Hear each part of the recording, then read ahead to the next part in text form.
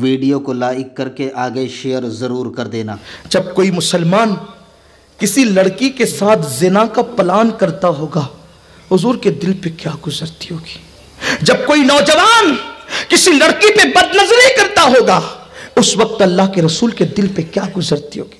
आज तो लड़कों का हाल ऐसा हो गया कि घर से निकलते तो चक्कर मकर इल्ला माशाअल्लाह।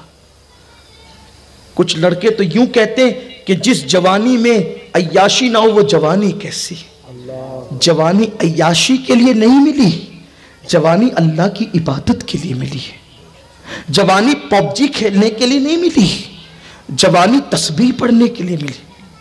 बहुत दिन तक जवानी न रहेगी मोबाइल पर गेम खेलकर अपना वक्त ज़ाय करने वालों, लड़कियों से नाजायज बातें करके अपनी जिंदगी को बर्बाद करने वालों। मैं बहुत लंबी गुफ्तगू करना नहीं चाहता हूँ, लेकिन अपने दिल का दर्द अपनी कौम के जवानों तक रखना चाहता हूँ। याद रखना, क्या लोग इश्क व मोहब्बत की बातें करते कि फिल्मों का उन्वान इश्क व मोहब्बत, सीरियलों का उन्वान इश्क व मोहब्बत, नाविलों का उन्वान इश्क व मोहब्बत। और इश्क व मोहब्बत का मतलब क्या? जिना, आवारगी, लड़कियों के साथ अय्याशी नहीं। और याद रखना, जो भी इस रास्ते पर गया है नुकसान उठाया है उसने। मैं अपने कौम के उन मेरे जवान लड़कों से कहना चाहता हूं जो 16 से लेकर 35-36 साल की उम्र तक के या 40 साल की उम्र तक भी है, कभी उस रास्ते मत जाना जिसको इश्क और मोहब्बत कहते हैं। सच्ची बात कहता हूं, इसलिए कि इस रास्ते में 1% लोग भी कभी कामयाब नहीं होते, कभी नहीं। भागकर शादियां करने वाली लड़कियां पूरी जिंदगी अपनी ससुराल में कभी एतमाद हासिल नहीं कर पाती, और भगाकर शादी करने वाला लड़का पूरी जिंदगी कभी माशरे के अंदर इज्जत हासिल नहीं करता। और उसका सबसे बड़ा नुकसान जो होता है, ध्यान से सुनना, अगर कोई इस चक्कर में हो, अल्लाह उसके दिल में ये बात उतार दे। ध्यान से सुनना,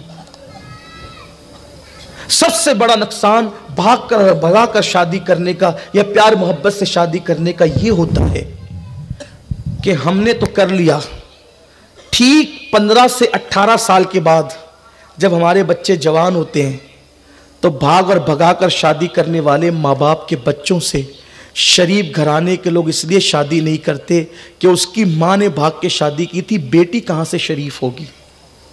उसके बाप ने भगाकर शादी की थी, बेटा कहाँ से शरीफ होगा।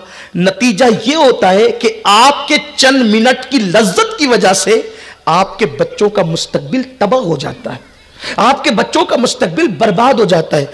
आज 18 साल की, 19 साल की, 20 साल की उम्र में आप ये मत देखो कि मुझे क्या मिलना है। आप आज के बाद 20 साल के बाद देखो कि आपकी औलाद की रुसवाई कितनी होगी। आपका बेटा कहीं जाके बैठेगा तो लोग कंकियों से कहेंगे, देखो वो फुला का बेटा है जिसके बाप ने भगा के शादी की थी, वो फलानी की बेटी जिसकी मां ने भाग के शादी की थी। सोचो तुम्हारे बच्चों का कसूर क्या होगा, लेकिन सारी जिंदगी वो घुट घुट करके मरेंगे। अल्लाह अकबर, वो जिएंगे भी तो घुट घुट के, मरेंगे भी तो घुट घुट के। इसलिए याद रखना। और फिर पसंद और मोहब्बत की शादियों में बहुत दिनों तक एतमाद नहीं रहता। मैं इससे पहले भी कई बार अपनी कौम के जवान भाइयों से बहनों से कह चुका हूं, जिसने तेरे लिए अपनी मां से गद्दारी की और अपने बाप से गद्दारी की मेरे भाई, तो उससे बेहतर कोई दिखेगा वो तेरे साथ भी गद्दारी करेगी।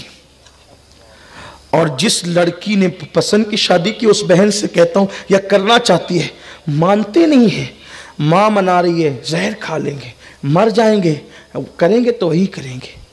नहीं, बहुत नादानी की बात है। आप फिल्म के हीरो को देख करके नकल कर रहे हो। यार वो हीरो की तो 3 घंटे की पूरी जिंदगी है, वो पैदा भी होता है, जवान भी होता है और वो शादी भी कर लेता है 3 घंटे में। हमारी जिंदगी 3 घंटे की नहीं है, हमारी जिंदगी 50 घंटे की नहीं है। हमें तो बहुत जीना है, लोगों के सामने फैस करना है, लोगों के सामने रहना है। 3 घंटे की फिल्म को देखकर अपनी जिंदगी फिल्म की तरह मत समझो। 50 घंटे का वो हर हफ्ते का सीरियल देखकर वो 50 घंटे की जिंदगी अपनी मत समझो। हमारी पूरी जिंदगी है, हमारी अपनी सुबह है, हमारी अपनी शामें, अपनी हमारी पर्सनल लाइफ है। हम जिएंगे, रहेंगे, लोगों के दरमियान उठेंगे, बैठेंगे। इसलिए उनको आइडियल मत बनाओ। अगर आइडियल बनाना ही है तो अल्लाह के हबीब को आइडियल बनाओ, क्योंकि कुरान कहता है लक़द कान लकुम फी रसूलिल्लाहि उस्वतुन हसना, कि तुम्हारे लिए आइडियल मुस्तफा जाने रहमत की जात है। खुदा की इज्जत की कसम, जो मुस्तफा जाने रहमत को आइडियल बना लेता है वो भी अल्लाह का महबूब हो जाता है। कुरान कहता है कुल इन कुंतुम तुहिब्बूनल्लाह फत्तबिऊनी युहिब्बुकुमुल्लाह व यगफिर लकुम ज़ुनूबकुम वल्लाहु गफूरुर रहीम। ए महबूब आप फरमा दीजिए, ए प्यारे आप कह दीजिए कि अगर तुम अल्लाह से मोहब्बत करते हो तो मेरी इत्तिबा करो, मेरे पीछे चलो, मेरी पैरवी करो।